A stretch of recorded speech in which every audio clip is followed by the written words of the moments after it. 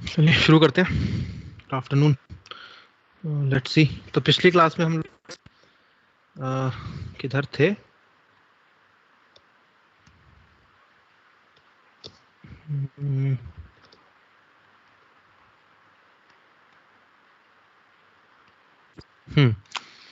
हम लोगों ने वो कर लिया था जो था इस बार, पिछली बार हाइगन्स प्रिंसिपल से रिफ्रैक्शन प्रूफ कर लिया था। हाइगन्स प्रिंसिपल से रिफ्रैक्शन कैसे होता है, ठीक है। और अब आज हम बात करेंगे यहाँ पर इंटरफेरेंस को लेकर के, ठीक है। तो what is interference of light? Start करते हैं।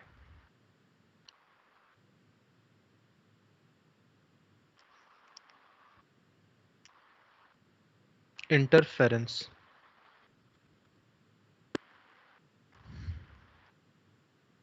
Of waves, interference of waves के बारे में बात करेंगे यहाँ पर।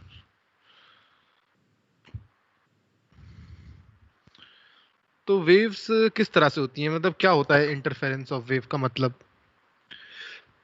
इंटरफेरेंस का सीधा सीधा मतलब है, इसमें सबसे पहले आता है principal of superposition. Principal of superposition, क्या मीनिंग है इस चीज का? इसका मीनिंग है प्रिंसिपल ऑफ सुपरपोजिशन कि जब भी दो रेज आती हैं, मिलती हैं किसी एक जगह पर, मान लो रे आ रही है, वेव आई इस तरह से, इस तरह से वेव आ रही है, और ये इसका इस तरह से वेव आ रही है, और यहाँ पे कोई पॉइंट है हमारे पास P, यहाँ पे पॉइंट P है जिसका डिस्प्लेसमेंट y1 दे रखा है, और एक और वेव आती है, one more wave arrives,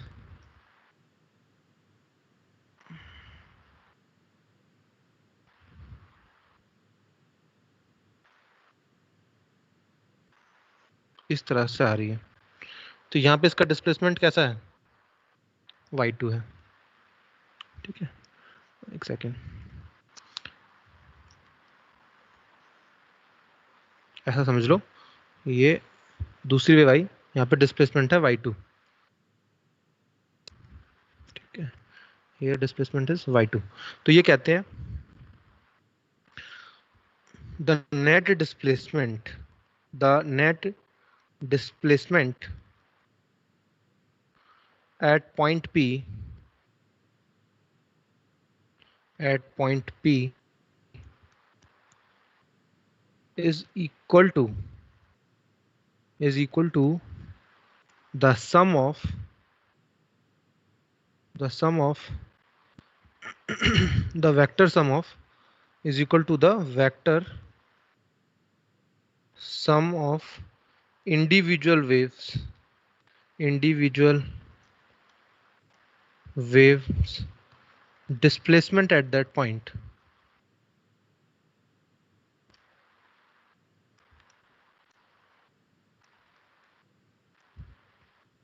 Individuals wave displacement at that point. तो यानी जो वेव आ रही है ना अलग अलग से, उनका भी इंडिविजुअली ऐड कर दो वेक्टोरियली, तो you will get the answer. यानी कहने का क्या मतलब है, कहने का सिंपल सा मतलब ये है कि अगर वेव आ रही है कुछ इस तरह से, मान लो ऐसे आ रही है वेव्स, और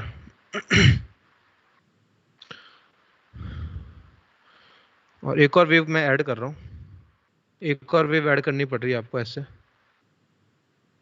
तो देखो यहाँ पे एक ही जगह पर है, both at same location, both at same location.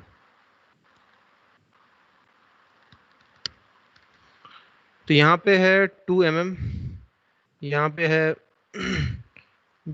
Suppose 3 mm। तो नेट वेव कैसी दिखेगी यहाँ पे जब आप ऐड करोगे इनको, तो क्या करोगे, ये y क्या होता है, y होता है displacement from mean position, this is the mean position, ये मीन पोजीशन वाली लाइन है। तो वेव इससे ऊपर चलेगी 2 मीटर, यहाँ से वेव कितनी चलेगी 3 मीटर। तो रिजल्टेंट क्या हो जाएगा, जोड़ोगे वैक्टोरियली, तो वैक्टोरियली जोड़ेंगे तो ऐसा हो जाएगा, हो 5 जाएगा mm। 5, ऐसा हो जाएगा, बड़ा हो जाएगा वेव, यहाँ पे हो जाएगा 5। यहाँ पे था ये -2, यहाँ था -3, तो हो जाएगा -5। ऐसा होता है। ये जब भी दो वेव आती हैं उनको वेक्टोरियली ऐड करते हैं, वेक्टोरियली ध्यान रखना है, वेक्टर की तरह से ऐड करेंगे उनके डिस्प्लेसमेंट। इसको कहते हैं principle of superposition. y resultant कैसे निकालते हैं, y resultant is equal to y1 plus y2। ये है इंडिविजुअल वेव का वेक्टोरियल ऐड कर दो और आंसर आ जाता है फिर।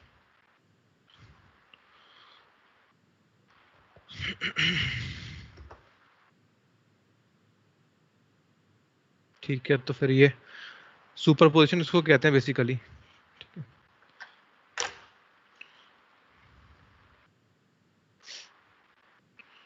इसमें अब नेक्स्ट आता है मैथमेटिकल टच, देते हैं जरा इसको, ठीक है, मैथमेटिकल बातें करते हैं इस पे, मैथमेटिकल टच देते हैं इसी थ्योरी को। तो ऐसा है कि मान लो कि दो सोर्स है हमारे पास, S1 and S2, these are the two source I am having. इनसे रेज जा रही है ऐसे, इससे रेज जा रही है ऐसे,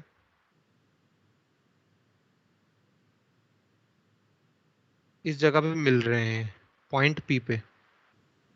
अब ये जो डिस्टेंस ट्रैवल की x1 है, अब ये जो डिस्टेंस ट्रैवल की x2 है, दो वेव्स निकल रही हैं, जा रही हैं। तो वेव वन की इक्वेशन क्या होगी, वेव वन की इक्वेशन क्या लिखेंगे हम लोग, हमको मालूम है यहाँ पे क्या होगा, y रिजल्टेंट जो आएगा it will B y1 plus y2 होगा। पर y1 है क्या चीज, y1 क्या, इक्वेशन ऑफ वेव है। इक्वेशन ऑफ वेव कैसी होती है, a1 साइन के एक्स माइनस ओमेगा टी, इस तरह से होती है। और अगर चाहो तो ये ठीक है ना, ऐसे लिख लिया हम लोगों ने यहाँ पर, तो आ गया। दूसरा क्या होता है, दूसरे इसका क्या होगा इक्वेशन ऑफ वेव, यहाँ पे x1 लिख दो, यहाँ पे ओमेगा 1 लिख दो। दूसरे का इक्वेशन क्या होगा, a2 साइन ऑफ के x2 minus omega 2 into T, ये हो गया y2।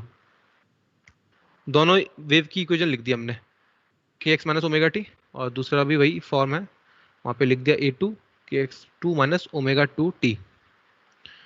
इसको क्या कहते हैं, इस पूरे को क्या कहते हैं, यही है फेज। इस पूरे को क्या कहते हैं, फेज कहते हैं। तो this is the phase of wave one, this is the phase of wave two. Which phase is higher, which phase is more. अगर मान लो ओमेगा 1 और ओमेगा 2 सेम है, तो कौन सा फेज ज्यादा है, नीचे वाला, नीचे वाला ज्यादा है, क्योंकि के एक्स टू ज्यादा आएगा। फेज कहते हैं इसको, ठीक है ना, दिस इज द फेज। तो नीचे, सर हाँ जी बोलो। सर हमें कैसे पता चला कि x2 बड़ा है? देखो ना यहाँ पे डिस्टेंस S2 से P तक जा रहे हैं, तो ऐसे पता चला। अच्छा अच्छा अच्छा सर, सिर्फ देखना है मतलब, यार दिया होगा ना क्वेश्चन में हमें। ऐसा ऐसा ऐसा पहली बात दिया ही नहीं होगा, ऐसा मत सोचो कि इस पे सवाल आएगा। अभी मैं प्रूफ दिखा रहा हूँ आपको, तो इसलिए बता रहा हूँ। Yes sir. इस पे कोई ऐसा सवाल बनता नहीं है कि आप सोच में पड़ जाए कि बड़ा कौन सा छोटा कौन सा है। नहीं, या तो प्रूफ दिखा रहा हूँ, प्रूफ देखिए कि ये x2 बड़ा है x1 छोटा है। ठीक है, तो ये phi 2 हो गया, वो phi 1 हो गया। और इसको फेज कहते हैं, फेज का मतलब एंगल है ये। साइन के अंदर जो भी चीज आती है वो क्या आता है, एंगल के फॉर्म में आता है।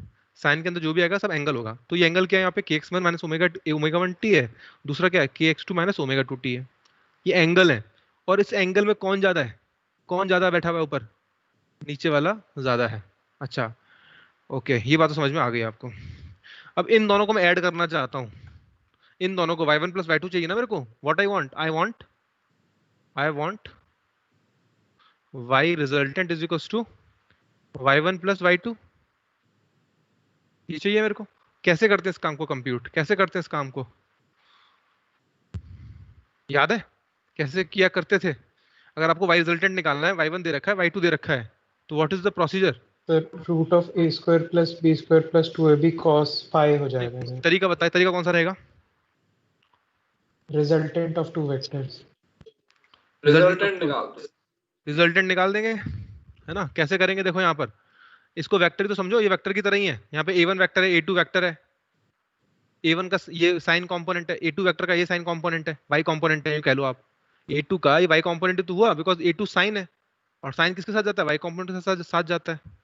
तो a2 वेक्टर का y कंपोनेंट, a1 वेक्टर का y कंपोनेंट। अगर मैं a1 और a2 का रिजल्टेंट निकाल लूं और उसका y कंपोनेंट ले लूं, तो क्या बच जाएगा मेरे पास, yr नहीं आ जाएगा, yr आ जाएगा।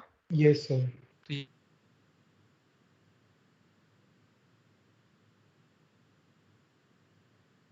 काम को देखिए बहुत आसानी से हो जाएगा ये।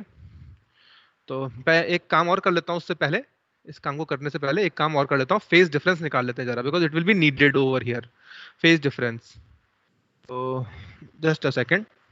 तो phase difference for this problem will B,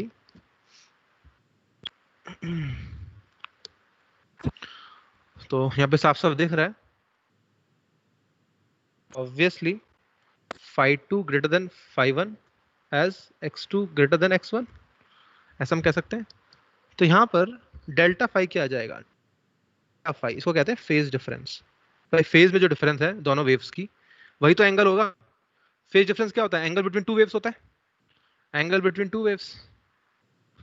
ठीक है, फेज डिफरेंस जो वेक्टर के बीच में एंगल होगा वही फेज डिफरेंस होगा। Angle between the vectors of two waves is the phase difference. ठीक है, तो क्या कह सकते हैं, angle between vectors of two waves, angle between vectors of two waves। ठीक है, इसको कहते हैं फेज डिफरेंस। तो क्या होगा, phi 2 माइनस phi 1 क्या आ जाएगा, जरा सॉल्व करें तो you will gate kx2 minus kx1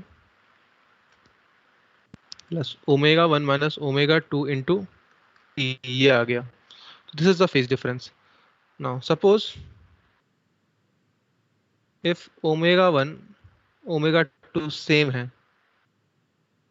that means that is, क्या मतलब वो चीज का, अगर सेम है तो दैट इज सेम सोर्स होंगे, बिकॉज सोर्स अगर सेम होते तभी ओमेगा सेम होता है। इसका मतलब ये हो गया। तो मान लो आपने ओमेगा सोर्स सेम ले रखे हैं, सोर्स ले रखे हैं सेम, तो what will happen because of that, because of that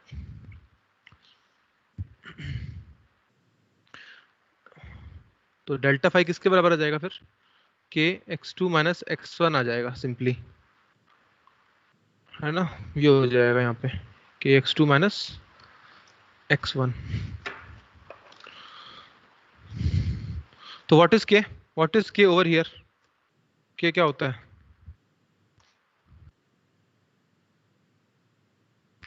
के होता है 2 पाई बाई लैम्डा, के इज 2 पाई बाई लैम्डा, तो हो जाएगा x2 minus x1 delta phi.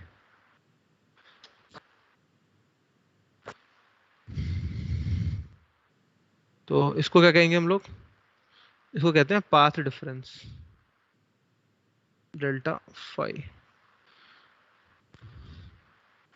तो यहां से हम क्या चीज निकाल सकते हैं, ये ध्यान से समझना है हमें।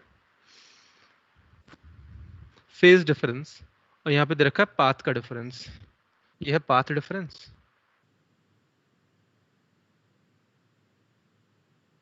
ये है फेज डिफरेंस।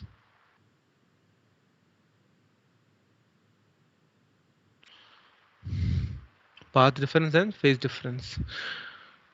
तो पाथ का फर्क अगर आपको मालूम है तो फेज का फर्क निकाल सकते हो बाय यूजिंग दिस फॉर्मूला।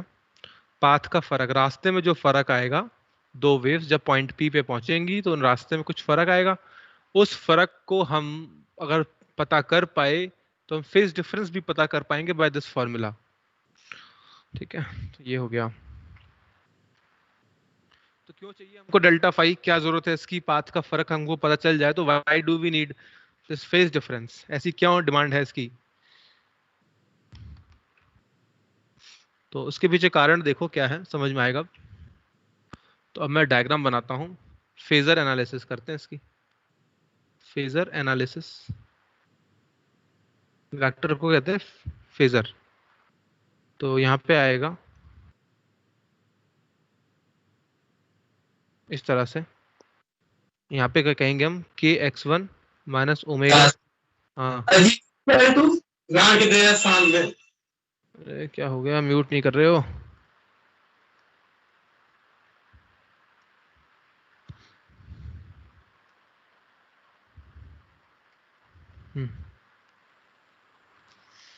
तो ये है के X one minus omega T line. समझ रहे हो कौन सी लाइन है? ए वन वाली की लाइन है, इसकी लेंथ है ए वन, इसकी लेंथ है ए वन, वो वाली लाइन पे है ये। और दूसरा वेक्टर कहाँ आएगा फिर? दूसरा वेक्टर आ जाएगा यहाँ पे, इस तरफ आ जाएगा। ये हो गया A2। ये कौन सी लाइन है? वही दूसरी वाली लाइन होगी ना, के X two minus omega T वाली। ज्यादा फेज था इसका, इससे ज्यादा फेज है। कितना फेज डिफरेंस है इनमें? डेल्टा फाई का। यही तो है फेज का डिफरेंस। जो फेज डिफरेंस होता है वही एंगल बिटवीन द वेक्टर्स होता है वेव के। ये आ गया। इसका रिजल्टेंट कहाँ आएगा फिर? इसका रिजल्टेंट आएगा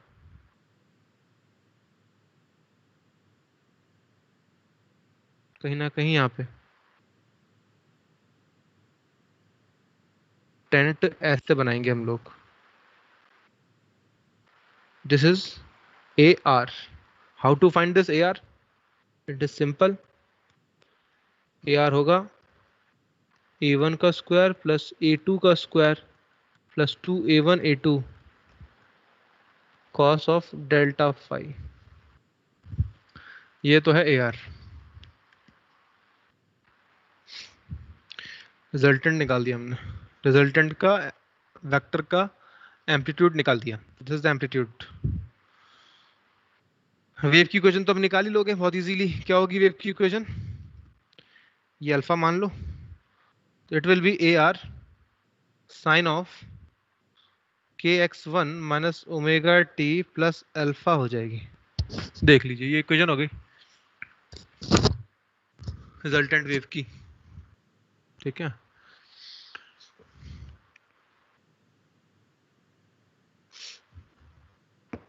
सर। हाँ जी। सर जब हम वेव की इक्वेशन लिखते हैं, जब वहाँ लिखते हैं हम कि के x minus omega T plus five, तो सर जो हाँ, वहाँ पे प्लस फाइव लिखते हैं वो रिजल्टेंट और एक वेव के बीच का एंगल होता है। कौन सा वाला प्लस फाइव कहाँ लिखा है बताओ? सर यहाँ पे लिखा नहीं है। जैसे पहले जब हमने 11 में वेव पढ़ी थी तो सर जब हम इक्वेशन लिखते थे कहीं कहीं पे के x minus omega T plus five आता था। हाँ सर, बस वही वही। सर तो जो फाइव था सर, क्या वो? वेट वेट, इसको कहते हैं इनिशियल फेज।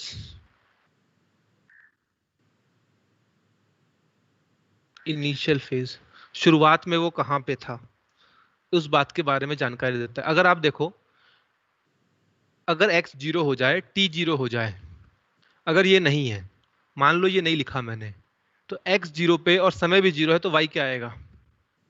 जीरो आएगा। Yes sir. जीरो आएगा। तो पर ये जरूरी नहीं है कि हमेशा वेव जीरो से ही शुरू हो। जब x जीरो है, t जीरो, जरूरी थोड़ी ना वेव वहीं से शुरू हो। क्या पता वेव पहले से हवा में हो और वहां से आप उसको मूवमेंट करा रहे हैं, तो अलग हो सकता है वाई y की जो वैल्यू है अलग हो सकती है, x equal to 0 t equal to 0 पे जरूरी नहीं है हमेशा 0 ही हो। तो उसका ध्यान रखने के लिए इनिशियल फेज को ले आते हैं। इनिशियल फेज का मतलब शुरुआती पलों में जो फेज होगा वेव का, जिससे कि y आएगा कुछ ना कुछ अपार्ट फ्रॉम 0, वो फेज कितना है, तो उसको कहते हैं इनिशियल फेज, जिसको नॉट 1 और फाई नॉट 2 से डिनोट कर रहे हैं। तो जब मैं यहाँ पे डिफरेंस लूंगा तो क्या होगा, यहाँ पे डिफरेंस लूंगा तो ये मेरे पास डिफरेंस में आ जाएगा phi not 2 minus phi not 1 ये आएगा। ठीक है, फिर मैं क्या कहूंगा, सपोज इफ ओमेगा 1 बराबर ओमेगा 2 सेम है and initial phase are also same, initial phase भी क्या है, initial phase are also same, तो क्या आ जाएगा यहाँ पे, तब तो यहाँ पे यही आएगा ना। Yes sir. हाँ, तो जो इस चीज को फॉलो करता है, जिस पूरी प्रॉपर्टी को फॉलो करता है, इसी को हम कहते हैं कोहेरेंट सोर्स। कोहेरेंट सोर्स जो इन प्रॉपर्टी के हिसाब से चले, यानी इन प्रॉपर्टी को रेस्पेक्ट दे, तो उसको हम कहते हैं कोहेरेंट सोर्स। ठीक है, बात करेंगे इसमें। तो ये हो गया हमारे पास, डेल्टा पाई आ गया, ए आर भी आ गया, कैसे निकालना ये भी आ गया। ठीक है, अब एक चीज और थोड़ा सुन लो, एक चीज क्या है दूसरी,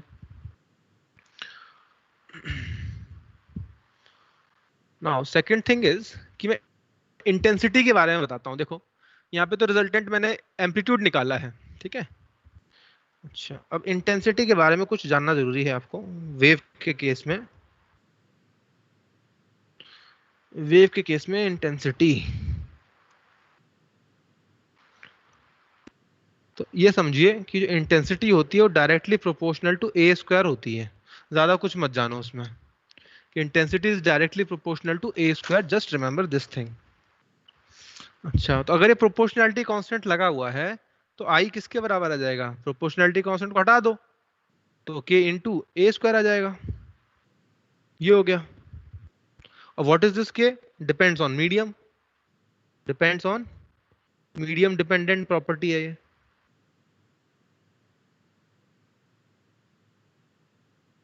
मीडियम डिपेंडेंट प्रॉपर्टी है कोई, ठीक है। तो intensity is directly proportional to A square, this is the important fact. अच्छा, अब इसी को मैं क्या कहूंगा, इंटेंसिटी क्या होगी रिजल्टेंट की, therefore intensity of resultant wave क्या होगी। ये अगर मेरे से कोई पूछे तो मैं क्या कहूंगा उसको, तो मैं कहूंगा, देखो आप ए आर तो जानते ही हो, ए आर तो आप जानते ही हो क्या होता है यार, ए आर का स्क्वायर हो जाएगा ए वन का स्क्वायर प्लस ए टू का स्क्वायर, स्क्वायरिंग कर दी मैंने दोस्त बहुत साइड की, ये हो गया। तो ये क्या लिखा जाएगा, व्हाट इज दिस थिंग, क्या लिखूं इसको मैं, इंटेंसिटी के टर्म्स में बात कर रहा हूं। एम्पलीट्यूड बढ़ेगा तो इंटेंसिटी बढ़ेगी, ये रिलेशन है ऊपर, सबके लिए वैलिड है, इंडिविजुअल वेव हो चाहे उसका रिजल्टेंट वेव हो, सबके लिए ऊपर वाला फॉर्मूला वैलिड रहता है। तो यहाँ पे क्या लिखा जाएगा, ए आर का स्क्वायर है तो यहाँ लिखेंगे आई आर अपॉन के, ये लिखा जाएगा। Excuse me student, just a second, just a second.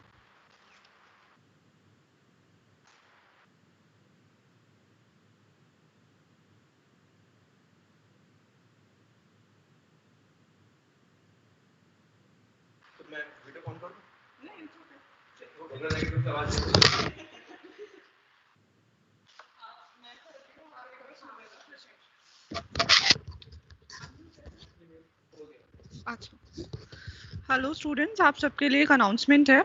आपने आकाश स्टूडेंट ऐप के बारे में सुना होगा। अगर कोई स्टूडेंट इसे ऑलरेडी यूज़ कर रहा है, इट्स वेरी गुड। बाकी सबको आज इसे इंस्टॉल करना है। आप अपने स्टोर से, ऐप स्टोर से इसे इंस्टॉल कर सकते हैं, ठीक है।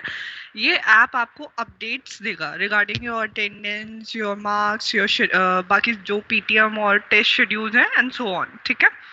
ये ऐप आप और आपके पेरेंट्स कोई भी यूज़ कर सकते हैं। अगर आप लॉगिन कर रहे हैं अपने लिए, तो आपने जो अपना रजिस्टर यहाँ पे नंबर कर रखा है उससे लॉगिन करना है। आपको ओटीपी आएगा, ओटीपी के बाद आपने अपनी यूज़र आईडी डालनी है और स्टूडेंट प्रोफाइल पर क्लिक करना है। ऑलराइट, अगर आपके कोई पेरेंट इसे यूज़ कर रहे हैं अपने लिए, तो आपने जो अपने पेरेंट का नंबर यहाँ पे अपडेट करा है एज अ प्राइमरी नंबर, उन्हें उससे लॉगिन करना है। अगेन ओटीपी आएगा, यूज़र आईडी डालनी है और पेरेंट प्रोफाइल पर क्लिक करना है। आपको समझ में आ गया? अगर आप लोग यूज कर रहे हैं तो स्टूडेंट प्रोफाइल, पेरेंट यूज कर रहे हैं तो पेरेंट प्रोफाइल। अगर आपको कुछ भी इशू है लॉगिन के रिगार्डिंग, या फिर अगर आपने अपना नंबर अपडेट कराना है, पेरेंट्स का नंबर ऐड कराना है, तो टेलीग्राम ग्रुप पे आपको एक लिंक शेयर किया जाएगा, या तो हो चुका होगा या फिर अभी शाम तक हो जाएगा। ठीक है, आप ये इशू उस लिंक पर अपडेट कर सकते हैं। ठीक है, सेकेंड अनाउंसमेंट है, माइक्रोसॉफ्ट टीम पर आपके जनरल चैनल में एक गूगल फॉर्म अपलोड किया गया है, आपको वो फिल करके सबमिट करना है शाम तक। जो मैंने अभी इंफॉर्मेशन आपको दी है, अगर इसके रिगार्डिंग आपको कोई भी डाउट है प्लीज एक बार अनम्यूट करके पूछ लीजिए।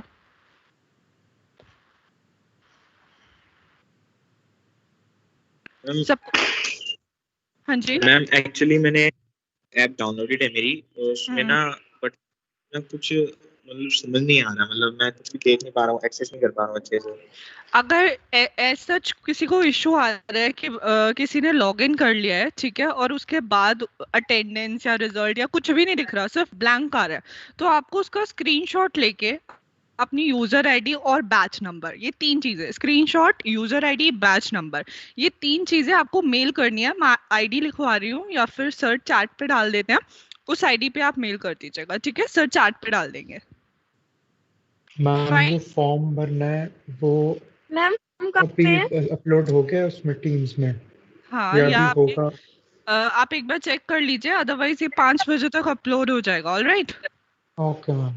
All right, thank you so much.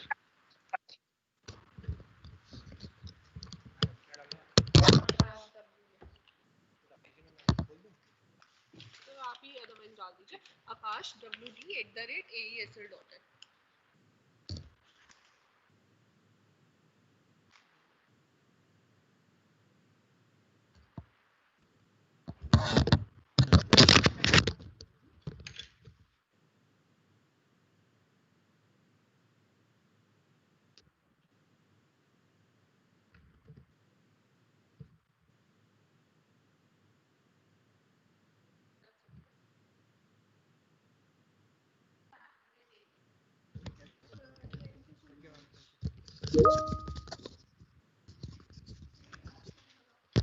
ये मैम MR6 ऑफिशियली, ठीक है, मैंने मर्ज किया OW1।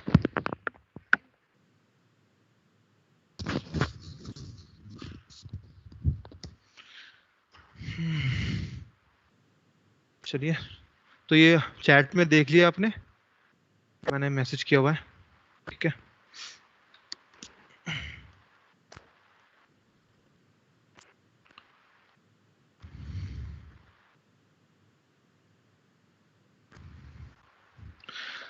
तो कहाँ पे थे हम लोग? इस पर हैंड रेज कर रखा है किसी ने। यहाँ जिशान बोलो।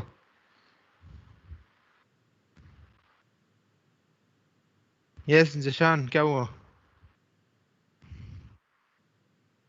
अच्छा, चलिए, तो इंटेंसिटी के बारे में मैं बता रहा हूँ आप लोगों को। इंटेंसिटी यानी कि चमक, चमक ज्यादा कब आएगी? चमक से रिलेशन होता है इंटेंसिटी का। तो चमक ज्यादा जब होती है जब एम्पलीट्यूड ज्यादा होता है वेव का। अगर चमक नहीं आ रही तो इंटेंसिटी कम हो जाएगी, यानी एम्पलीट्यूड खत्म हो चुका होगा। एम्पलीट्यूड जीरो होगा तभी इंटेंसिटी जीरो होगी, तभी चमक खत्म हो जाएगी। तो intensity is the word related with brightness, और वहां पे कितना शाइन कर रही है वो चीज, ठीक है। तो ये चीज हो गया यहाँ पे। तो ए आर को मैं लिख सकता हूँ IR/K। सिमिलरली A1 को क्या लिख सकता हूँ मैं? A1 का स्क्वायर को मैं लिख सकता हूँ I1/K1, सॉरी K, क्योंकि मीडियम प्रॉपर्टी होती है K, तो K तो सेम रहेगा सभी के लिए। प्लस ये हो जाएगा I2/K प्लस 2 रूट ऑफ, ये हो जाएगा कितना? A1 कितना हो जाएगा यहाँ पे? I1/K root of I2/K। तो it will be cos into ये डेल्टा फाई हो गया। ये हो गया यहाँ पे। अब देखो क्या हो जाएगा, बताओ, सारे के कट जाएंगे कि नहीं कटेंगे? All the K will cancel out, so you will get IR is equals to I1 plus I2 plus 2 root of I1 I2 cos of delta phi। तो this is the formula of intensity. ये intensity का formula बन गया। ठीक है। अच्छा, तो ये बात है, यहाँ पे आ गया इंटेंसिटी का फॉर्मूला। सब केस यानी इसके अंदर एक और केस है, इसके अंदर एक और केस है। सर हाँ जी बोलो। सर फॉर्मूला में 2√I1 I2 एक ही रूट में नहीं होगा, अलग अलग में करके तो कैलकुलेशन डिफरेंट हो जाएगी ना। बात तो बिल्कुल सही है आपकी, कोई दिक्कत नहीं है उस चीज से, सही है, एक ही में रख लो। सही कह रहे हो, ऐसी बात है तो ये लो, ठीक है। जी सर। हम्म, ये हो गया। चलिए, सब केस कहता है कि इफ मान लो कि I1 और I2 सेम नेचर के निकले, ठीक है, एक सेम नेचर के निकले, इंटेंसिटी सेम है दोनों की, हमने करा दिया, जबरदस्ती करा दिया सवाल बनाने के लिए, क्या कर दिया कि इंटेंसिटी दोनों का सेम रख दिया। अगर आप इस चीज को रख देंगे तो इस फॉर्मूले का कैसा रूप आ जाएगा, तो IR इज इक्वल टू, ये हो जाएगा I0 रूट ऑफ, ये हो जाएगा कितना,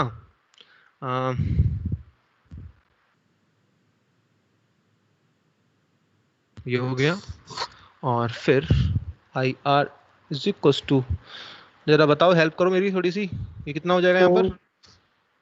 4I0 total cos delta phi. ये हो गया 2I0, जरा कॉमन ले लो,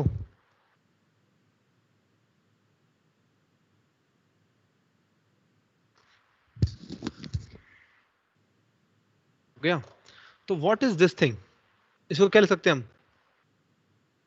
इसको लिख सकते हैं 2 cos square delta phi by 2, ये हो जाएगा, प्रॉपर्टी लगा दो तो ये है, एक फॉर्मूला है ट्रिग्नोमेट्री का, 1 प्लस कॉस फाई को ऐसा लिख लेते हैं, तो कितना हो जाएगा IR, IR हो गया 4I0 cos square delta phi by 2, ये हो गया जी। तो अगर सेम होती है इंटेंसिटी तब इस फॉर्मूले को यूज कर सकते हो भाई डायरेक्टली, अगर याद हो जाए तो, है ना, अदरवाइज डिफरेंट है तो इस पे आ जाना। हाँ जी, कोहेरेंट होना भी जरूरी है ना इसमें, क्या होना, अभी कोहेरेंट ही होना चाहिए ना वेव को, हाँ दोनों को। कोहेरेंट होना चाहिए, नहीं होगा कोहेरेंट तो क्या होगा उस पर भी बात करते हैं, ठीक है। सो लेट जी मी सर। कम, चलो मैं उसकी बात भी करता हूँ। ये हो गया, एक डब्बा बनाते हैं यहाँ पे, इस डब्बे के अंदर लिखेंगे बहुत कुछ, तो देखिए अब आप, एक नोट जाएगा,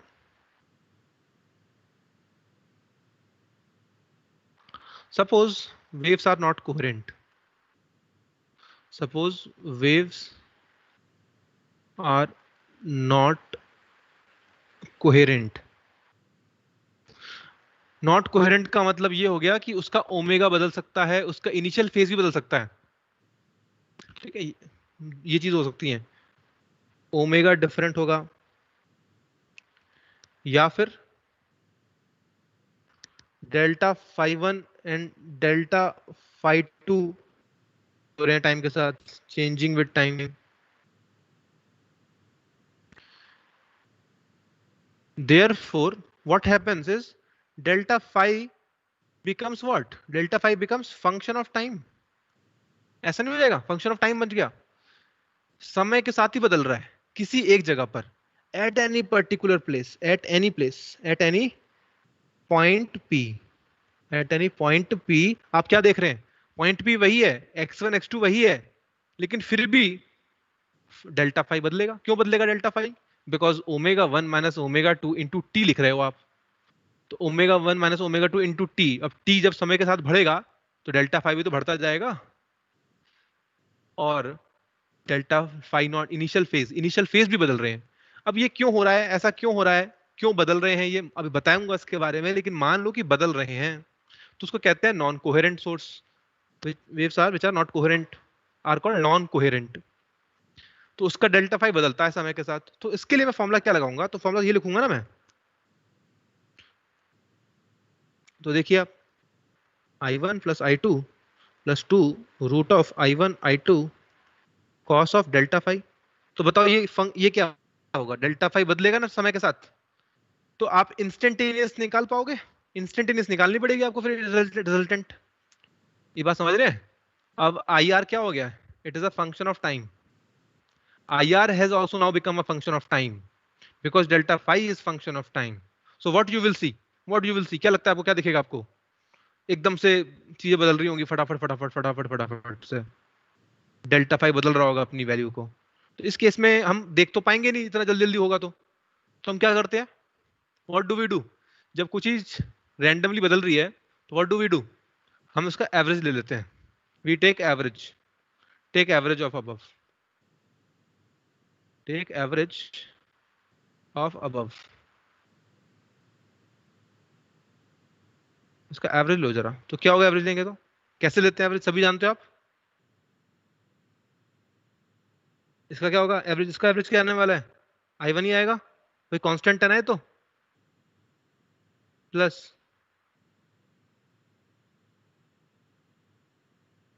इसका एवरेज क्या होगा बताइए?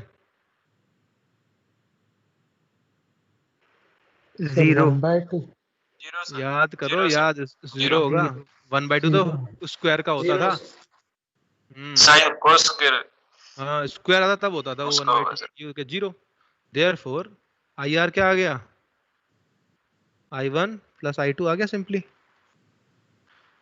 समझ रहे हैं? ये हो रहा है. तो घरों में आप जब ट्यूबलाइट जला के बैठे हो ना, 2-3 बल्ब जला लो, ट्यूबलाइट जला लो, तो आपको सब जगह सेम ब्राइटनेस दिखती नहीं दिखती?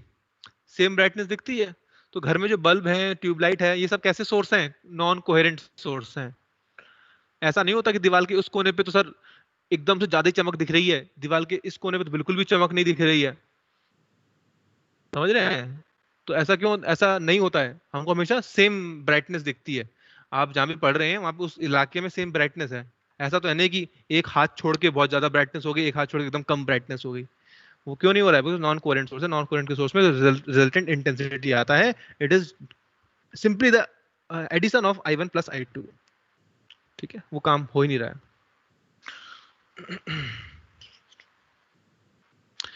ठीक है, तो ये बात समझ में आ गई आपको कि कैसे करना है, ये चीज करनी होती है. ठीक है, ओके. तो ये बात भी कर ली. तो हमने दो बात करी यहाँ पे, कौन सी? एम्पलीट्यूड और आई आर. एम्पलीट्यूड और आई आर. ए आर के बारे में पढ़ लिया, इंटेंसिटी के बारे में पढ़ लिया.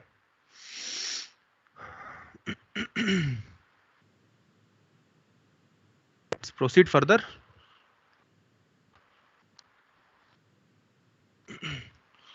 So let's proceed. We have over here now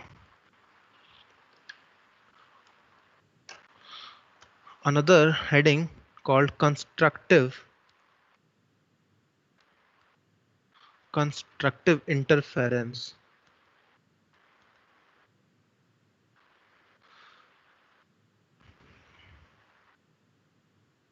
constructive interference. तो इसमें क्या कहेंगे हम लोग?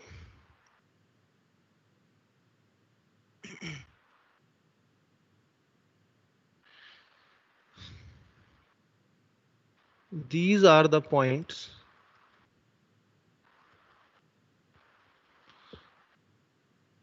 where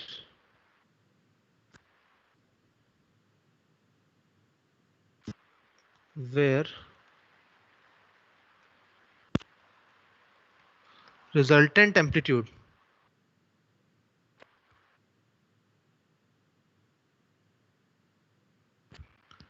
या फिर इंटेंसिटी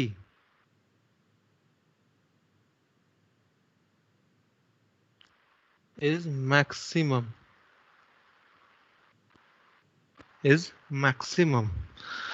ये जगह वो जगह है कंस्ट्रक्टिव. कंस्ट्रक्टिव का एक अच्छा सा नाम ही है. कंस्ट्रक्टिव का मतलब ही क्या है? कि कोई चीज कंस्ट्रक्ट हो रही है, कोई चीज बिल्टअप हो रही है, कोई चीज बन रही है. Constructive interference. So these are the point where resultant amplitude या फिर इंटेंसिटी मैक्सिमम होगा. क्योंकि जहां एम्पलीट्यूड मैक्सिमम होगा वहां इंटेंसिटी मैक्सिमम होगी. और रिजल्टेंट की बात कर रहा है. ठीक है, तो खुद सोचिए, रिजल्टेंट एम्पलीट्यूड कब मैक्सिमम होगा? दो वेक्टर का रिजल्टेंट कब मैक्सिमम होता है? भाई जो हमारा एम्पलीट्यूड है वो तो वेक्टर की तरह बिहेव कर रहा है.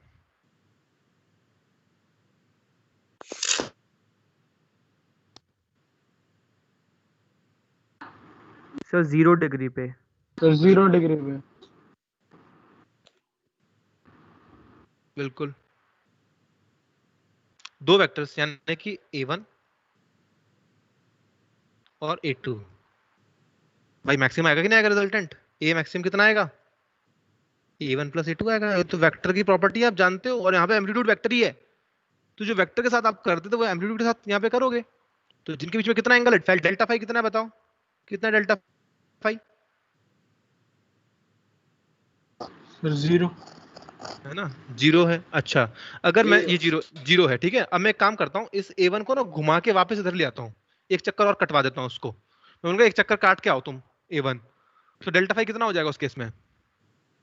180। सो नहीं यार, 180 2 पाई हो जाएगा यार, क्या बात कर रहे हो? 2 पाया होगा सर। 360 नहीं हो जाएगा? 360 हो जाएगा। 360 तो ये हो जाएगा 2 पाई। मैंने A1 को बोलता हूँ भाई एक और चक्कर काट के आ जाओ यार। मैंने कहा, ठीक है, 4 पाई। समझ रहे हो आप? जब नहीं काटेगा चक्कर, साथ में रहेगा तो भी मैक्सिमम में, एक चक्कर काटेगा तो भी तो साथ में आ जाएगा। साथ में तो आना है उनको वेक्टर्स को। तो वेक्टर 0 डिग्री में भी साथ में हो सकता है, 2 पाई चक्कर काटने के बाद भी साथ में हो सकता है, 4 पाई में भी हो सकता है साथ में। समझ रहे हो कि समझ रहे हो?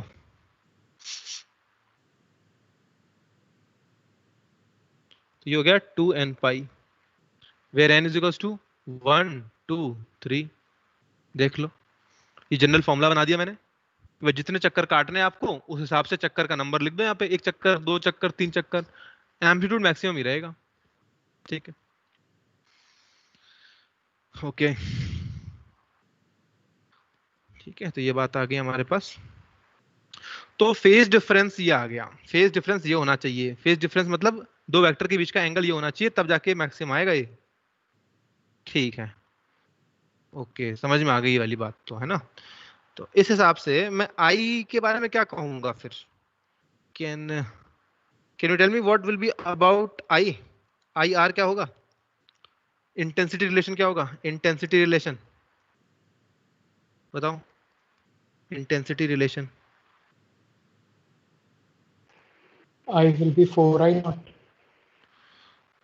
यहाँ पे तो मैंने ऐसा कुछ नहीं कहा। 4i0 को क्यों कहा पहली बात तो ये बताओ। यहाँ तो A1 A2 अलग अलग है ना, तो I1 I2 भी अलग अलग होंगे। I1 will be 4I2 नहीं, फॉर्मूला लगाओ ना आप, डायरेक्ट लगा दो ना यहाँ पे। ये मैक्सिमम है तो ये भी मैक्सिमम होगा कि नहीं होगा? क्या लिखूंगा इसको मैं? Root of I R, root of, बताओ। I1 plus I2 का होल स्क्वायर। ये लो, हाँ ये हो जाएगा ना। इस बात से सहमत हो कि नहीं? देख लो, ये लो, डायरेक्ट बात। तो क्या हो जाएगा? आई आर क्या आ जाएगा यहाँ से? सिर्फ सिंपल आई आर, ये तो कट जाएंगे सारे के सारे। तो आई आर किसके बराबर आ रहा है? Root of I1 plus root of I2 का होल स्क्वायर हो जाएगा। आई आर मैक्सिमम, या यूं कह लो आई मैक्सिमम कह लेता हूं उसको मैं, आई मैक्सिमम।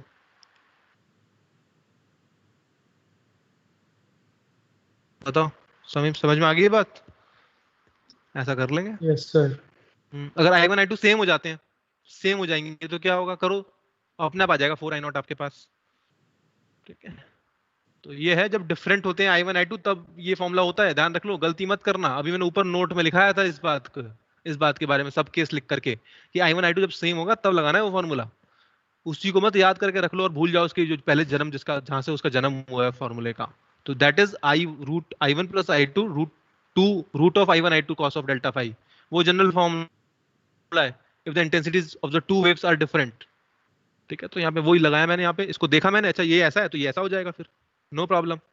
ओके, ठीक है। Path relation, path difference relation क्या होगा? पाथ डिफरेंस रिलेशन तो हम जानते हैं ना भाई। पाथ डिफरेंस रिलेशन कैसे निकालेंगे भाई? डेल्टा फाई इक्वल टू होता है 2 pi by lambda into delta x होता है। ये कितना है? ये तो 2n पाई होगा जितने भी चक्कर काटने हैं। तो डेल्टा एक्स क्या आ गया इस हिसाब से? ये आ गया n लैम्डा। बताओ आ गया कि नहीं? ये आ जाएगा यहाँ पे, it is simply n lambda. ठीक है, तो ये पाथ डिफरेंस अगर होगा n लैम्डा, तभी ऊपर वाला सब कुछ हो पाएगा। ये कंडीशन है यहाँ पे, ये कंडीशन नहीं हो गई, ये तो कंडीशन हो गई,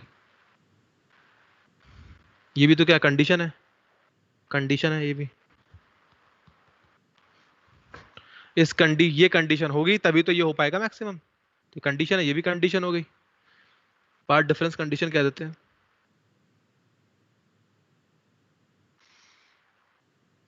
ये कंडीशन है, तो डेल्टा एक्स आपको एन लैम्डा के बराबर रखना पड़ेगा तब जाके बात बनेगी, या फिर डेल्टा फाई आपको 2 पाई 4 पाई 2n पाई के हिसाब से रखना पड़ेगा, तब जाके आप कंस्ट्रक्टिव इंटरफेरेंस कह सकते हैं कि हो जाएगा। ठीक है,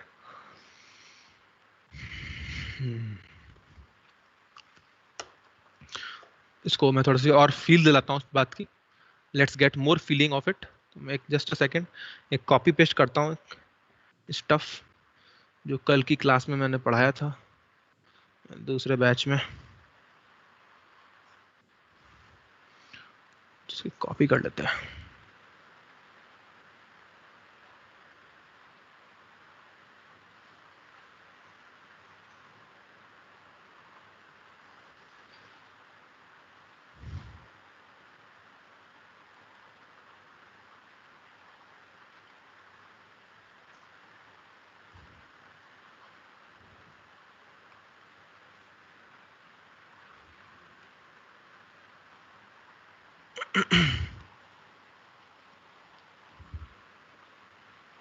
तो देखो इसको विजुलाइज करते हैं, बात तो समझ में आ गई कैसे कैसे हो रहा है, इसको थोड़ा देखते हैं। देखिए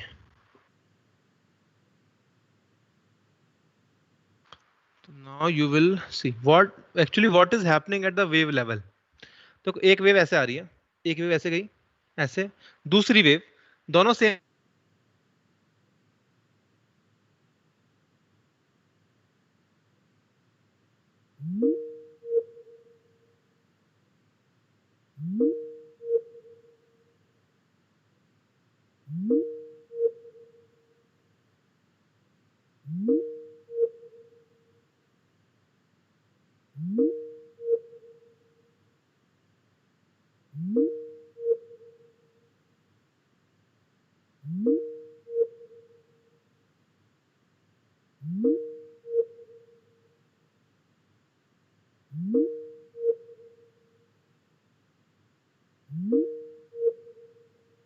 आता है। अच्छा तो अब यहां देखते हैं जरा what is happening over here now, see here, यहां देखो जरा जो इस जगह पर है। अब इस वेव को देखिए, ये वेव जा रही है ऐसे, ये वेव जा रही है, तो ऊपर पार्ट डिफरेंस कितना है, जरा पार्ट डिफरेंस की बात करते हैं। तो what is the path difference जब दोनों वेव एक ही जगह पर है और पॉइंट पी यहाँ पे है, मान लो ये पॉइंट पी है, ये यहाँ पे पॉइंट पी है ये, तो हम क्या कहेंगे, इसको ऐसा समझिए, ऐसा समझिए, ऐसा समझो कि दो वेव ओवरलैप कर रही हैं, ठीक है, एक ही जगह पर थी, ये पहली बात तो एक ही जगह पर थी, इसको उठा के मैं एक जगह पर रख सकता हूँ यहाँ पे। तो what you will C is इनके बीच में पाथ का डिफरेंस कितना है, रास्ते को कोई फर्क दिख रहा है आपको, जितना ये ट्रैवल कर रही है उतना ये भी ट्रैवल कर रही है, तो path difference is zero, path difference कितना है, जीरो है।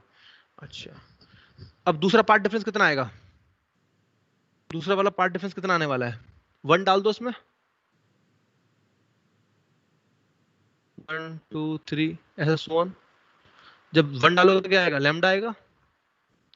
या एक चीज और देखो, एक चीज और देखो, यहाँ 1 नहीं, यहाँ मुझे ऐसा डालना चाहिए 0 1 2 3, 0 1 2 3, जीरो के साथ भी तो आएगा ना ये जीरो, जब एन जीरो डाल दोगे तो ये जीरो आ जाएगा, जब एन को 1 डालोगे 2 पाई आएगा, एन को 2 डालोगे तो 4 पाई आएगा। तो this is the formula two n pi where n is equals to 0 1 2 3।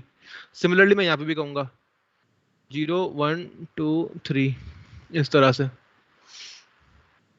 ठीक है। अच्छा तो यहाँ पे अब देखते हैं जरा, लेट्स लुक ओवर हियर, यहाँ अगर आप ध्यान से देखोगे तो क्या दिखेगा, यहाँ पे देखो ऐसे जा रही वेव, एक वेव ऐसे जा रही है, यहाँ पे भी तो वही तो हो रहा है कि एक इसके पीक के नीचे इसका पीक है, ओवरलैप इतना हाफ ओवरलैप कर रहे हैं यहाँ पे, ओवरलैपिंग हो रही है यहाँ पे, तो पार्ट डिफरेंस कितना है, how much is the path difference, रास्ते का कितना फर्क है यहाँ पे देख लो, ये वाली वेव और ये वाली वेव में रास्ते का कितना फर्क है, लैम्डा के बराबर फर्क है। देख पा रहे हैं इस चीज को, लैम्डा के बराबर फर्क है। तो यानी कि यहाँ पे लैम्डा कितना है, यहाँ पे हो जाएगा delta x is equal to lambda के बराबर। देख लो, फिर भी देखो वो क्या आ रहा है, कंस्ट्रक्टिव इंटरफेरेंस हो रहा है। तो पार्ट डिफरेंस लैम्डा हो, 0 हो, या 2 लैम्डा हो, 3 लैम्डा हो, यानी एक वेव का फर्क अगर आप दो वेव्स को एक एक वेव के फर्क से एक एक लैम्डा से आगे पीछे करते हैं तो कंस्ट्रक्टिव इंटरफेरेंस ही आता है। दोबारा वाला कब आएगा, सेकंड वाला, इस वेव को मैं कितना खिसकाऊं पीछे, 2 लैम्डा, तब आ जाएगा। ठीक है, तो ये मतलब है पाथ डिफरेंस का, ये मीनिंग है पाथ डिफरेंस का कि एक वेव ने दूसरी वेव्स के मुकाबले कितना पाथ एक्स्ट्रा चला। अगर पाथ डिफरेंस आ जाता है 0 तो समझ लेना इसका मतलब क्या है कि ओवरलैप कर रही है, और अगर पाथ डिफरेंस कितना आ जाए, लैम्डा आ जाए, 2 लैम्डा आ जाए, तो भी क्या ओवरलैप कर रही है। ठीक है, ये चीज है यहाँ पे। तो ये हो रहा था वेव लेवल पे, ये चीज हो रही थी यहाँ पे।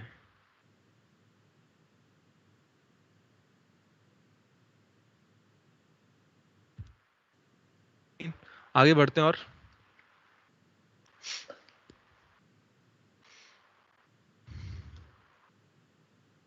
तो अगर 2n+1 लैम्डा आ गया तो डिस्ट्रक्टिव इंटरफेरेंस। और क्या। अब देखते हैं हम यहाँ पे मिनिमा के बारे में बात करेंगे। डिस्ट्रक्टिव इंटरफेरेंस यानी कि डिस्ट्रक्टिव इंटरफेरेंस। अच्छा ये बताओ कब होता है destructive interference.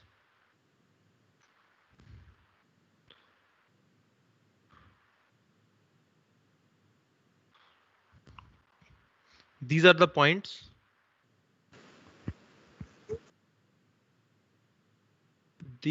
points where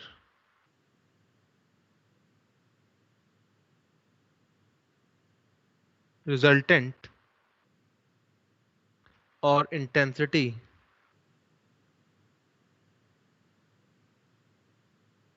is minimum,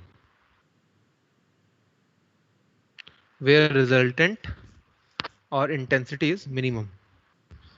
अच्छा अगर रिजल्टेंट मिनिमम है तो कब होगा मिनिमम, कब होता है वेक्टर का रिजल्टेंट मिनिमम, 180 में।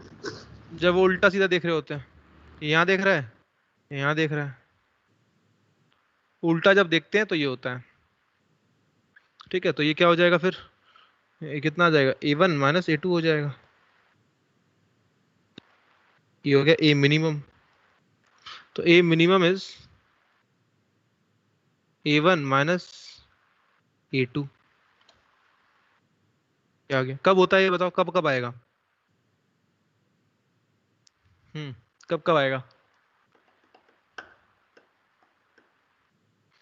कितना एंगल है भी इनके बीच में,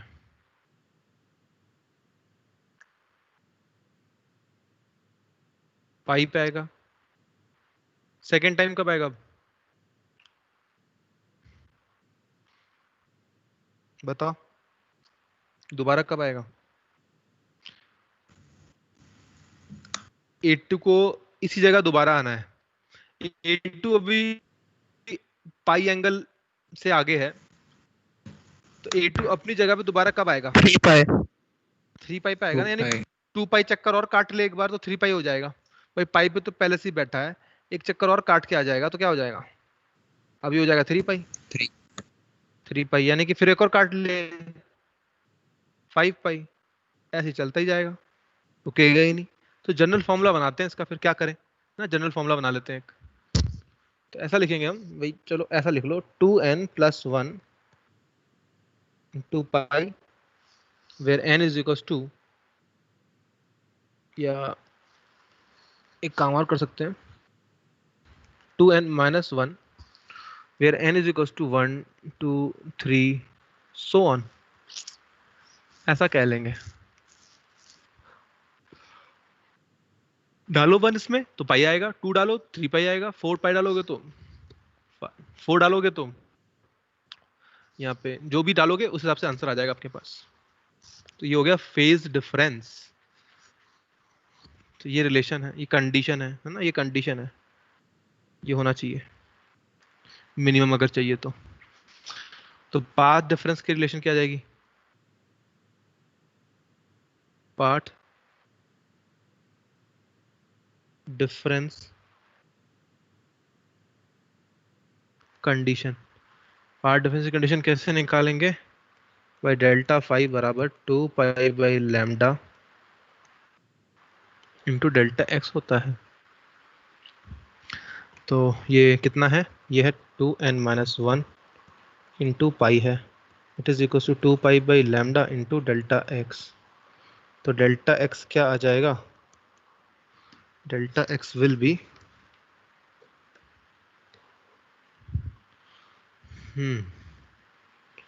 n-1/2 इंटू लैम्डा।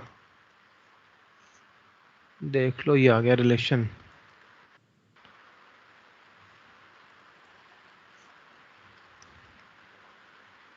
n-1/2 यानी n is equal to 1, 2, 3 so on.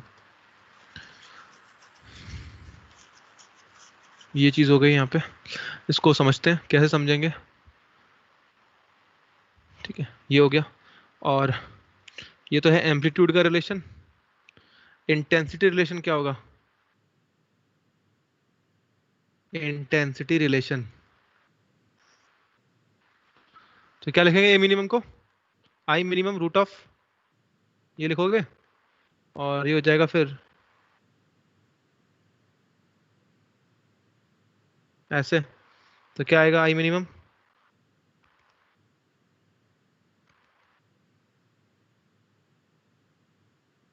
ये हो गया, ठीक है, ऐसे लिख लेंगे इसको। तो root of I1 minus root of I2 का whole square, this is I minimum. ठीक है, तो इसको ध्यान रखो।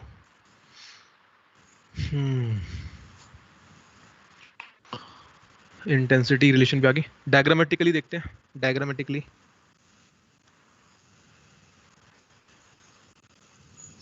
म्यूट कर दो। डायग्राम वाइज सपोज एक वेव ऐसे जा रही है और दूसरी वेव को मैंने ऐसे भेजा कुछ,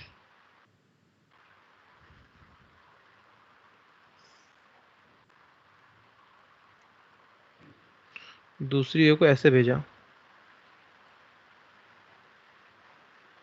इस तरह से।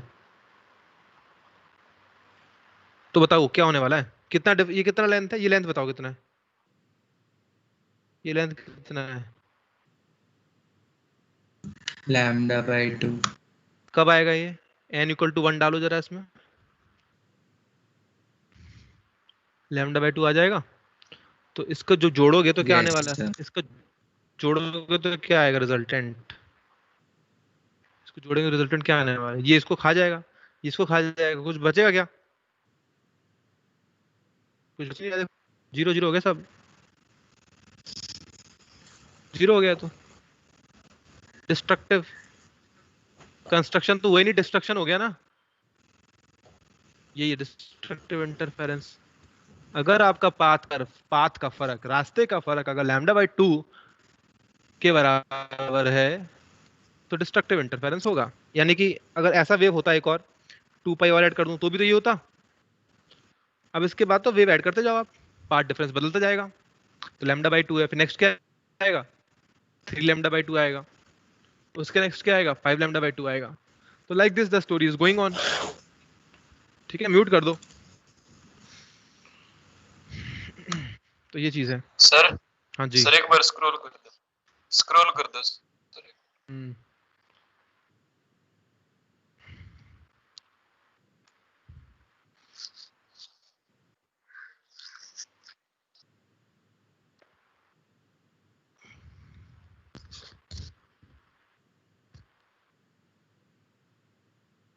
क्या हुआ, डूब गया क्या इसी में?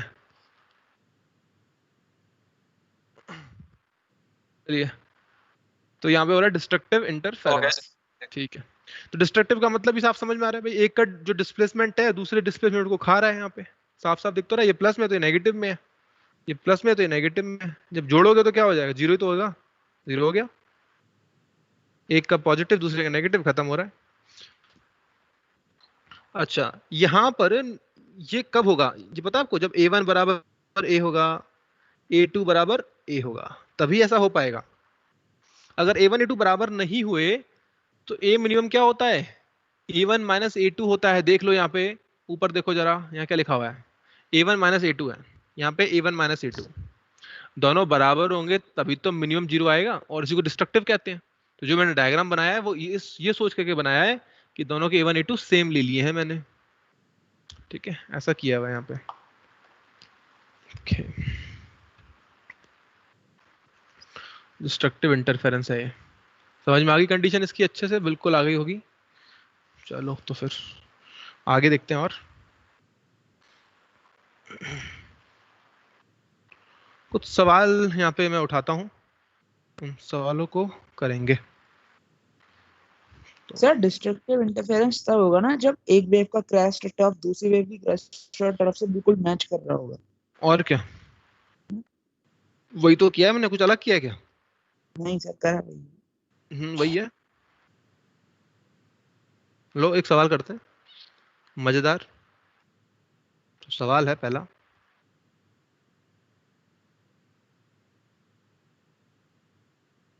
चलिए लग जाइए जरा इस पे करने, और लगाओ जरा मेहनत। अच्छा सवाल दिया, छोटा मोटा नहीं, अच्छा है, करो उसको।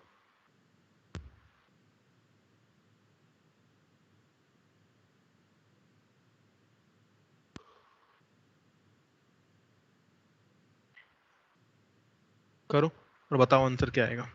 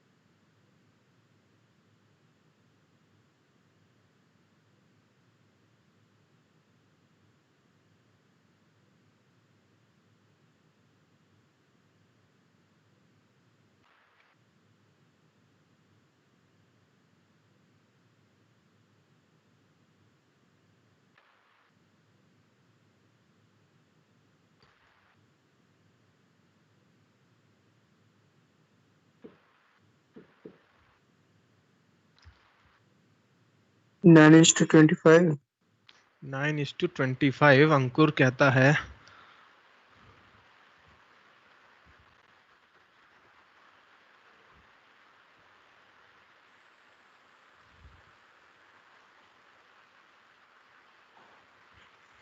Just a second.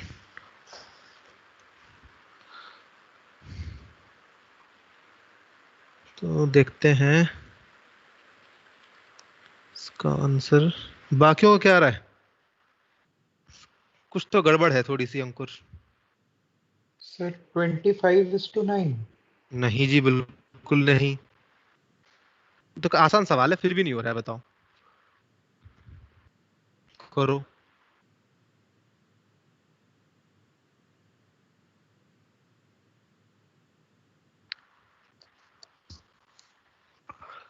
दिक्कत कहाँ फंस रही है? √3 + √5 है। नहीं, ये सौम्या। सर एक मिनट बस। 25:9। नहीं,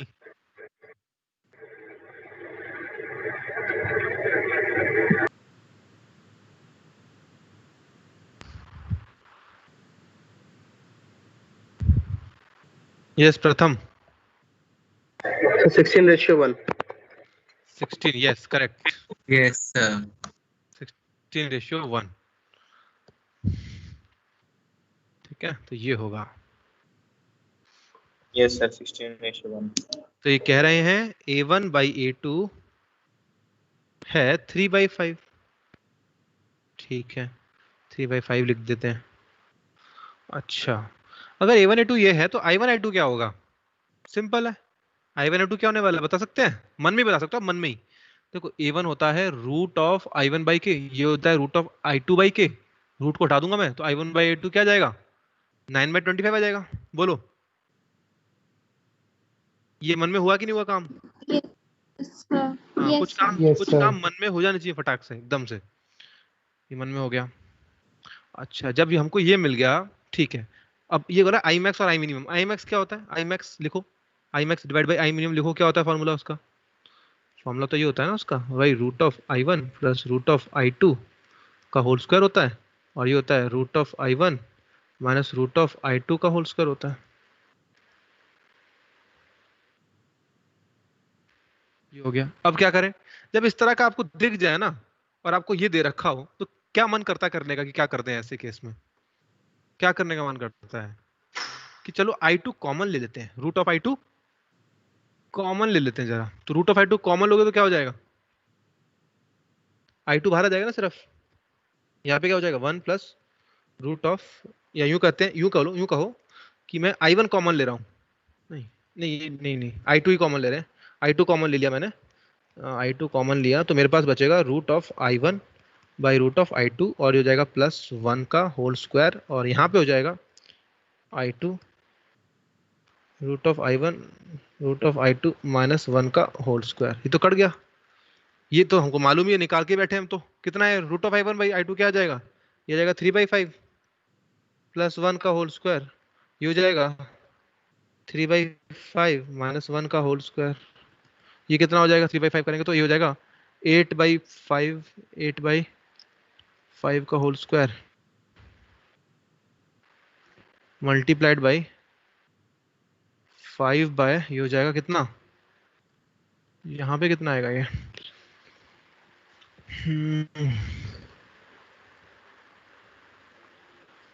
तो इट विल बी नेगेटिव ना, -2 बाय -2 हो गया, 5 तो ऊपर पहुंचा ही चुका हूं मैं, ये हो गया -2/5, तो ये 5 कट जाएगा, तो ये हो जाएगा 64 डिवाइड बाई हो जाएगा 4, तो आ गया 16/1 आंसर। ठीक है कि नहीं, ऐसे सवाल आते हैं। एक और सवाल लेते हैं, let's take one more numerical.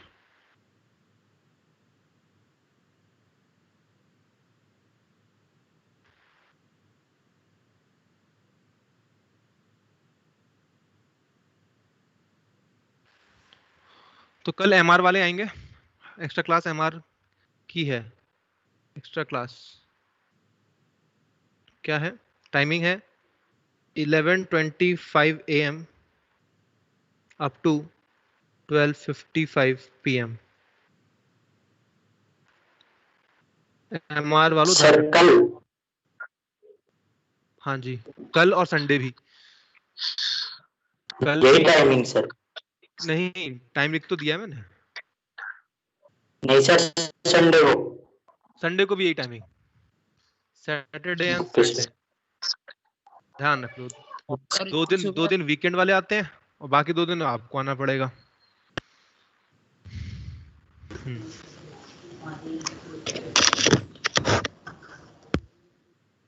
Numerical को करते हैं अब, देख लो जरा, करो, आसान है, बहुत इजी है, कर सकते हो आप इसको, try it.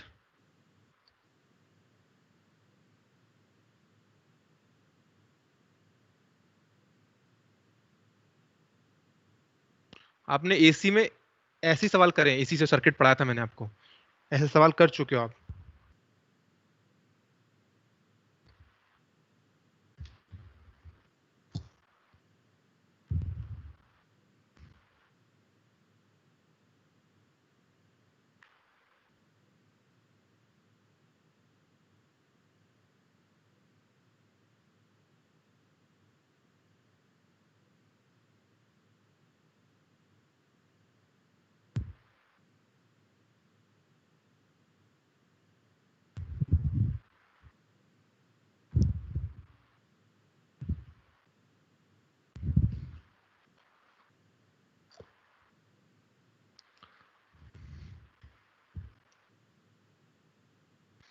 Three waves from 3 coherent sources meet at some point। ठीक है, 3 वेव आ रही हैं, 3 वेव आ रही हैं ऐसे, सर थोड़ा सा सोचा है सर, बताऊं? बताओ। सर पहले तो यही लेंगे कि I is proportional to A square. फिर ठीक है। हमें पाथ डिफरेंस लैम्डा बाय 3 का दे रखा है। हाँ तो सर उसको इक्वेशन में डाल देंगे, फेज डिफरेंस वाली 2 पाई बाय हाँ लैम्डा इनटू डेल्टा एक्स ठीक है, पाथ कितना आ जाएगा? डिफरेंस। कितना आ जाएगा वो? वो आ जाए वो आ जाएगा हमारा फेज डिफरेंस पहले और दूसरे के बीच में 60 डिग्री आ जाएगा। हाँ एंड पहले और तीसरे के बीच में 120 डिग्री आ जाएगा। ठीक है, अभी इतना ही सोचा था सर, आगे सही कर सोचा रहा है, था। सही सोचा है, करते जाओ। तो सर सर फिर फिर दूसरे और तीसरे के 60 डिग्री हो जाएगा हम्म ऑटोमेटिकली। बिल्कुल। क्या आएगा रिजल्टेंट?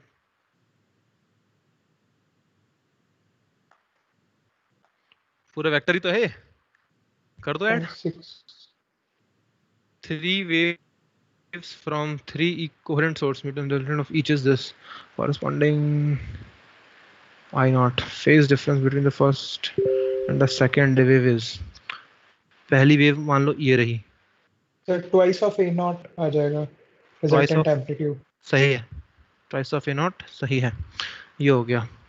पर इंटेंसिटी पूछा है, ध्यान रख लो। ये हो गया ए नॉट, फर्स्ट एंड सेकंड के बीच में है 60 डिग्री, सर तो 4 आई नॉट हो जाएगी इंटेंसिटी। सही है। ये हो गया 60 degree, first and second. Path difference between first wave and third wave is lambda by 3, तो पार्ट डिफरेंस दे रखा है उसने, हम ऐसे निकाल लेंगे ना फेज डिफरेंस। अगर रास्ते का फर्क है तो फेज का फर्क निकाल सकते हैं बाय दिस फार्मूला, इसीलिए तो बना के दिया था ये फार्मूला। रास्ते के फर्क से फेज का फर्क निकालो, क्योंकि फेज का फर्क ही काम में आता है, क्योंकि यही तो होता है एंगल बिटवीन द वेक्टर्स, जो फेज डिफरेंस होता है। तो it is 2 pi by 3 which is equal to 120 degree, यानी कि ये हो गया ऐसे, तो 120 है तो ये 120 हो गया पूरा, यानी 60 हो गया ये। तो जब इनके पीछे 120 है तो रिजल्टेंट क्या आता है बताओ? खूब पढ़ाया है ये बात तो मैंने। 120 जब होता है ए तो नॉट ये हो जाता है ए नॉट, तो है ही पहले से ही है, एक और आ जाएगा ए नॉट। वो ऐड हो रिजल्ट, जाएंगे। हाँ तो रिजल्टेंट कितना हो गया? Resultant 2 A not. अच्छा, इंटेंसिटी पूछा ना हमसे तो, अरे हम हाँ जानते हैं, स्क्वायर बहुत कर आसान देंगे है, फिर तो और कोई दिक्कत ही नहीं, ये ऐसा कर देंगे ना हम तो। ये लो आई आर बाई के, कौन जीतेगा हमसे? ये लो आई नॉट बाई के। अब क्या करें? आई आर पूछा था ना, स्क्वायर कर दो बोथ साइड, तो आई आर बराबर 4 आई नॉट, आंसर। बोलो आगे समझ में? यस। ऐसे करना है, तो सवाल कैसा भी हो जाएगा। ठीक है, एक और लोगे? चलो एक और लो फिर, इसी बात पे आपको देख ही लेते हैं अब कितनी होशियारी आ गई है। तो एक सवाल ये था, दूसरा ये ना, तीसरा नहीं, मैं भेज रहा हूँ अभी, रुको, रास्ते में है बस।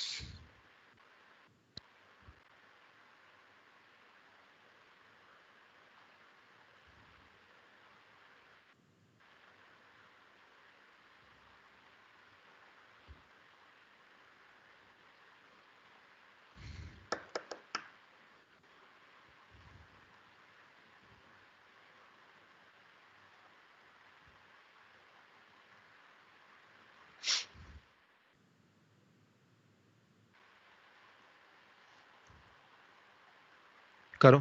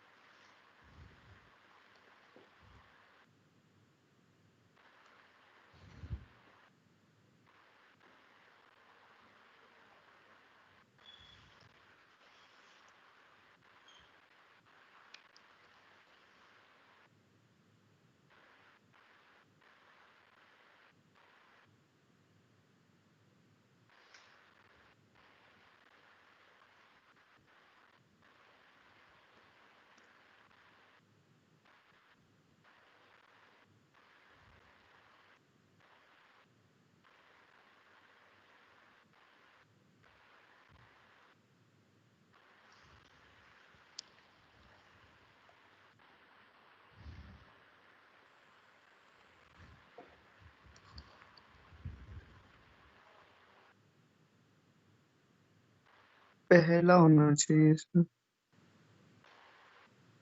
पहला फाइंड पूछ रहा है तो पहला क्या होगा? ये तो पूछ ही रहा है कि बताओ ये तीनों क्या होंगे। इसमें ऑप्शन थोड़ी ना है ये। Sir first under root alpha. ये वाला कितना आएगा? ये फर्स्ट तो रूट अल्फा। फर्स्ट है रूट ऑफ अल्फा। दूसरा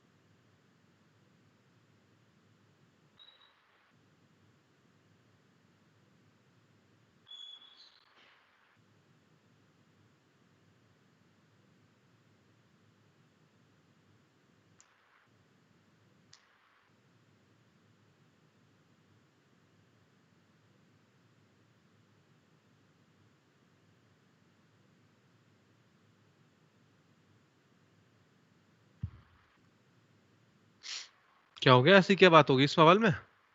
सब चुपचाप बैठे हैं, कोई बोल नहीं रहा है।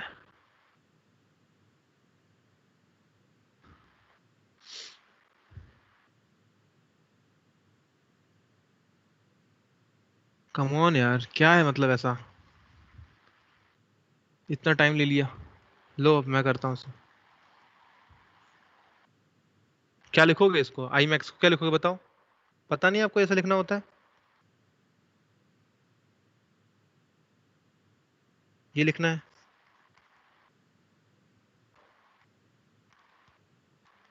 ये दे रखा है इसने। क्या लिखूं मैं जिससे कि ये वाली चीज आने लग जाए मेरे पास? i2 को बाहर ले लो, रूट ऑफ i2 को बाहर लोगे तो क्या आ जाएगा? ये नहीं आ जाएगा नेक्स्ट स्टेप में? नेक्स्ट स्टेप में आ जाएगा।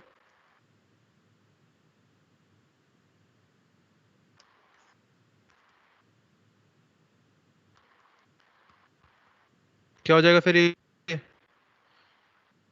इसको एक काम करता हूँ, एक्स बोल देता हूँ, इसको एक्स बोल देता हूँ क्योंकि बार बार लिखना पड़ रहा है मेरे को। इसको एक्स बोल दिया तो एक्स प्लस वन का whole, x plus one, x minus one का होल, रूट ऑफ अल्फा हो जाएगा ये। ये हो गया देख।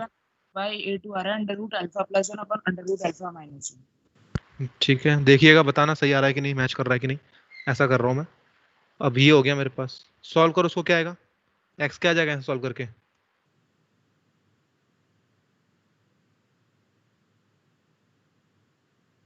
इसको इधर ले जाओ, एक्स कॉमन ले लो, one minus root of alpha, ये हो जाएगा माइनस अल्फा माइनस वन, यानी एक्स क्या हो जाएगा? One plus root of alpha, minus common लेके इसको दे दो तो root of alpha minus one, ये हो गया एक्स। यानी एक्स क्या थी, चीज थी? एक्स क्या था? ये था ना एक्स, तो ये था एक्स। आ गई चीज, आंसर आ गया पहला, लास्ट वाला। लास्ट वाला आंसर क्या आ जाएगा? उसने पूछा है आई वन बाई, उसने पूछा है I one by I two, तो I one by I two क्या हो जाएगा इस हिसाब से? इट विल बी, तो इसका स्क्वायर हो जाएगा। हाँ ये हो गया। अब ए वन बाई ए टू क्या आ जाएगा फिर इस हिसाब से? भाई क्या होता है ए वन बाई टू? देखो ना होता क्या है। क्या लिखते हैं इसको? इसको लिखते हैं root of I one by I two हो जाएगा ना भाई। यही तो है फिर, यही है। देखो आंसर, ये आंसर हो गया। ठीक है, सिंपल। हो जाना चाहिए था ये सवाल। सर सेम आ रहा है मेरा। चलो बढ़िया है। इंटेंसिटी का स्क्वायर वो वाली रूट वाली कैलकुलेशन थी तो कंफ्यूज हो गया था। ठीक है, तो ऐसे करना रहेगा ये, इससे ज़्यादा टफ नहीं देगा आपको एग्जाम में, ये हाईएस्ट था। ठीक है, अब एक और सवाल देखते हैं, ये होमवर्क में जाएगा अब आपके। ये वाला पार्ट तो वेव्स की तरह है थोड़ा। हाँ वेव्स ही हैं और क्या है सब चीजें। Just a second.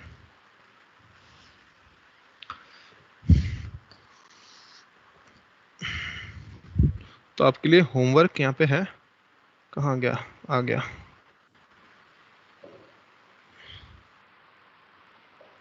कॉपी,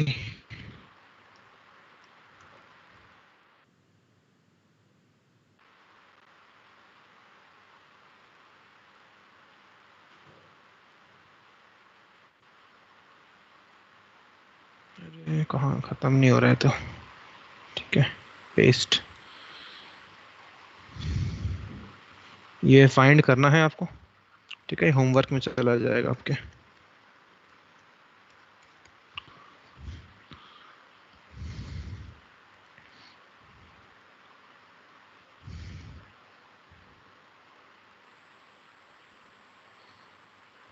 तो कल हम लोग सुबह पढ़ेंगे YDSE के बारे में, ठीक है ना।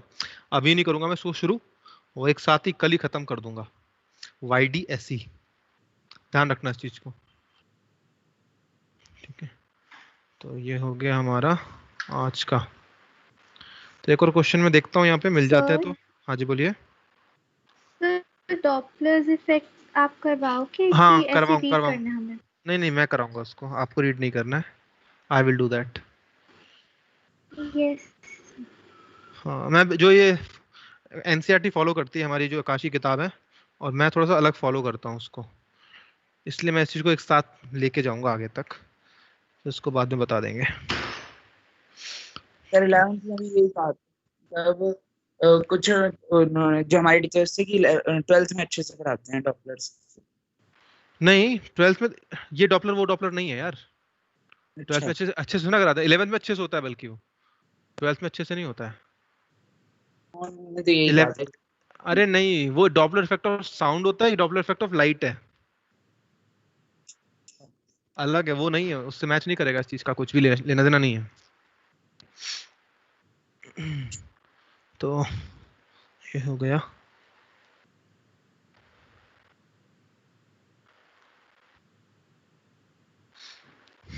तो मैं आपको बता रहा था यहाँ पे किसी एक चीज के बारे में, कोहेरेंट सोर्स के बारे में। तो let's come to that point.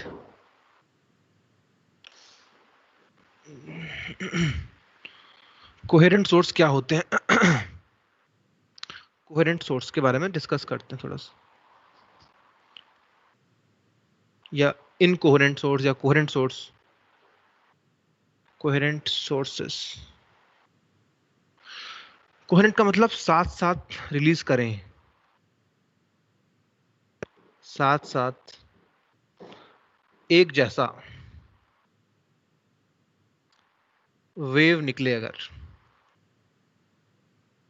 तो वो कोहेरेंट होता है। कोहेरेंट का नाम से समझ में आ रहा है ना, कोहेरेंसी, कोहेरेंट, मैच खाता हुआ, नाम ही कह रहा है कोहेरेंट।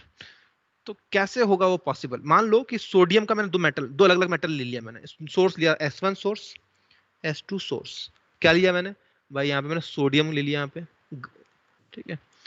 अब देखो लाइट कैसे निकलती है, लाइट कैसे निकलती है, मान लो एटम ले लिया मैंने सोडियम का, यहाँ पे ये न्यूक्लियस है भाई, चारों तरफ इसके घूम रहे इलेक्ट्रॉन वगैरह दौड़ रहे हैं यहाँ पे, ठीक है। तो इलेक्ट्रॉन घूम रहे हैं यहाँ पर। वेव्स कब निकलती हैं? जब इलेक्ट्रॉन डी एक्साइट होता है तभी तो निकलती है वेव्स। जब डी एक्साइट होगा तो वेव्स निकलेंगी ऐसे, वेव्स जाएंगी ऐसे निकल के। अब ये भी एक और सोडियम ले लो, दो सोडियम ले लिए, Na एटम, यहाँ भी न्यूक्लियस है, यहाँ भी घूम रहा है। अब यहाँ भी इलेक्ट्रॉन है, यहाँ भी इलेक्ट्रॉन है, यहाँ भी इलेक्ट्रॉन है। अब बताओ इसकी लाइट निकल रही है, फ्रीक्वेंसी दोनों की सेम होगी। क्यों सेम होगी भाई? लाइट तो सेम ही निकल रही है, तो फ्रीक्वेंसी को कोई दिक्कत नहीं है। यहाँ पे दिक्कत किस बात की आएगी पता है आपको? किस बात की दिक्कत आने वाली है? क्या दिक्कत आएगी इसमें और इसमें? क्या फर्क है? आपने दोनों को गर्म किया, एक्साइट हो रहे हैं, डी एक्साइट हो रहे हैं। जब किसी को गर्म करते लाइट दिखती कि नहीं दिखती? लाइट क्यों दिखती है आपको? क्योंकि उसके एटम डीएक्साइट हो रहे होते हैं, इलेक्ट्रॉन्स डीएक्साइट हो रहे होते हैं, इसलिए दिखता है हमको। तो यहाँ पे क्या होगा, जब ये डीएक्साइट हो रहा है तो जरूरी है ये डीएक्साइट हो रहा हो, बताओ। जब ये डीएक्साइट किया तो क्या जरूरी है कि ये भी उसी वक्त कूदेगा नीचे? सोचिए, ये वही वाली बात होगी, दो कैंडल जलाई आपने, दो कैंडल जलाओ आप, एक जैसी कैंडल लाओ मार्केट से, दोनों को जलाओ, क्या दोनों की में सेम सेम जल रहा होगा एकदम? ये इधर लेफ्ट मुड़ेगी तो वो भी लेफ्ट मुड़ेगी, ऐसा होता है क्या? भाई दो माचिस की तिल्ली जला लो आप, माचिस की तिल्लियां जला लो, तो क्या एकदम सेम जलेंगी वो? कुछ जल्दी जल जाएगी शायद, कुछ अलग हो जाए, किसी में अलग घूमे, मतलब एकदम परफेक्ट नहीं कह सकते ना आप, एकदम मैच नहीं करेगा। तो ऐसे ही यहाँ पे कह रहा हूँ, जब वेव्स निकलती हैं तो जरूरी नहीं कि ये डीएक्साइट हुआ तो ये भी डीएक्साइट होगा, कि दोनों Na एटम्स हैं तो दोनों सेम टाइम पे डीएक्साइट करेंगे, ऐसा नहीं होगा, ऐसा कभी नहीं होने वाला।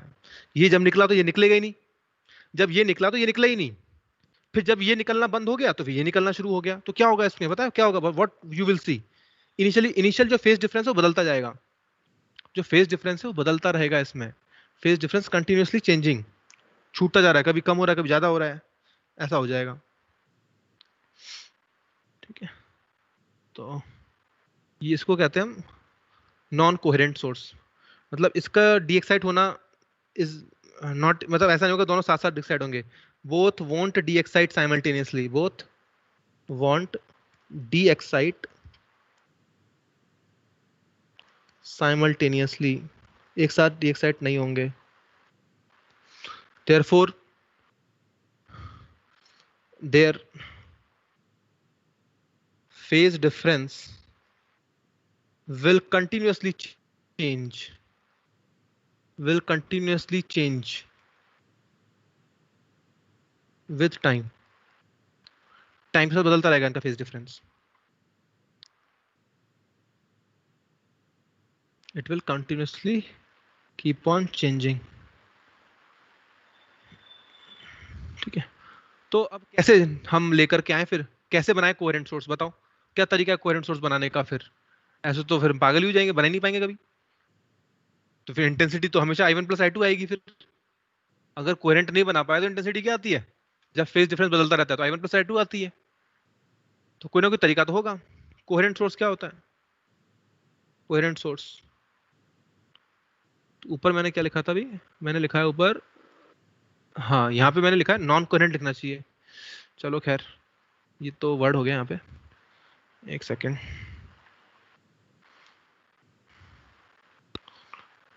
ऐसे लिख लो, नॉन कोहेरेंट का मतलब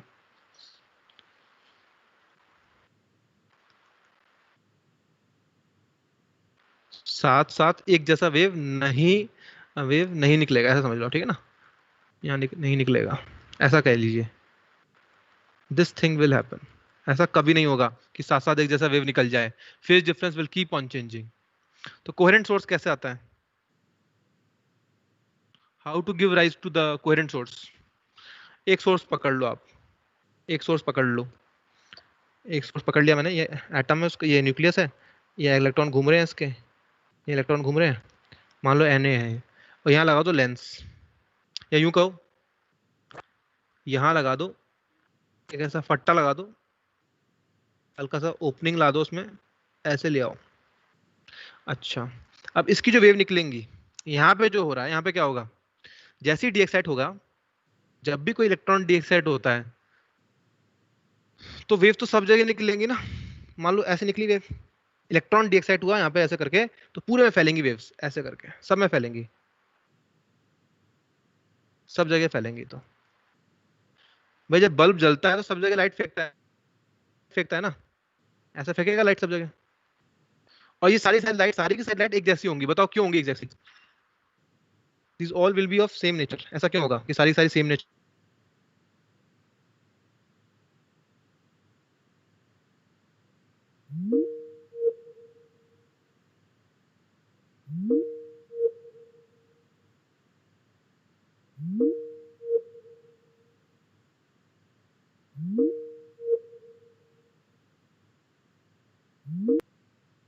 All will be alike, क्योंकि एक ही इलेक्ट्रॉन के डी एक्साइटेशन से सारी निकली है वेव से, एक जंप करके आया है। भाई जब एक जंप करेगा तो जितनी भी वेव्स निकलेंगी सब एक जैसी तो निकलेंगी चारों दिशाओं में, फैलेंगी। अच्छा तो ये वाली जो वेव आई है, ये वाली वेव आई है, सेम आई है। अच्छा ये बात तो सही है, यहाँ पे आ गया, यहाँ पे सेम हो गया।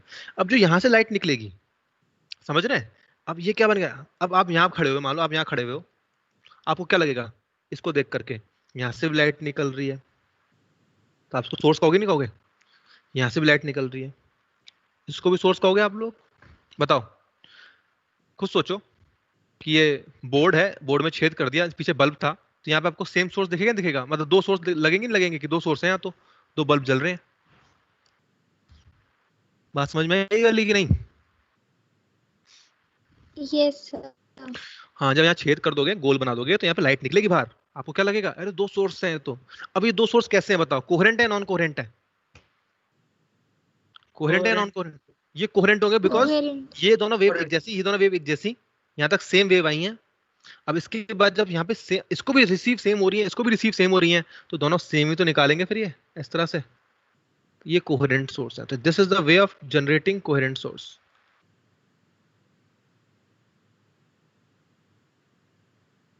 ये है तरीका कोहेरेंट सोर्स को निकालने का।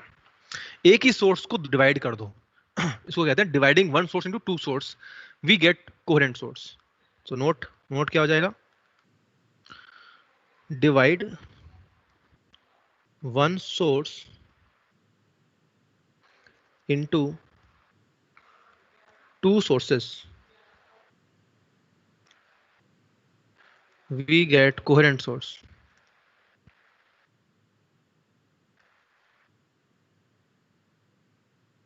बस सिंपल कोहेरेंट सोर्स मिल जाते हैं। ठीक है, तो ये थी इसके पीछे। तो टाइम हो गया क्या?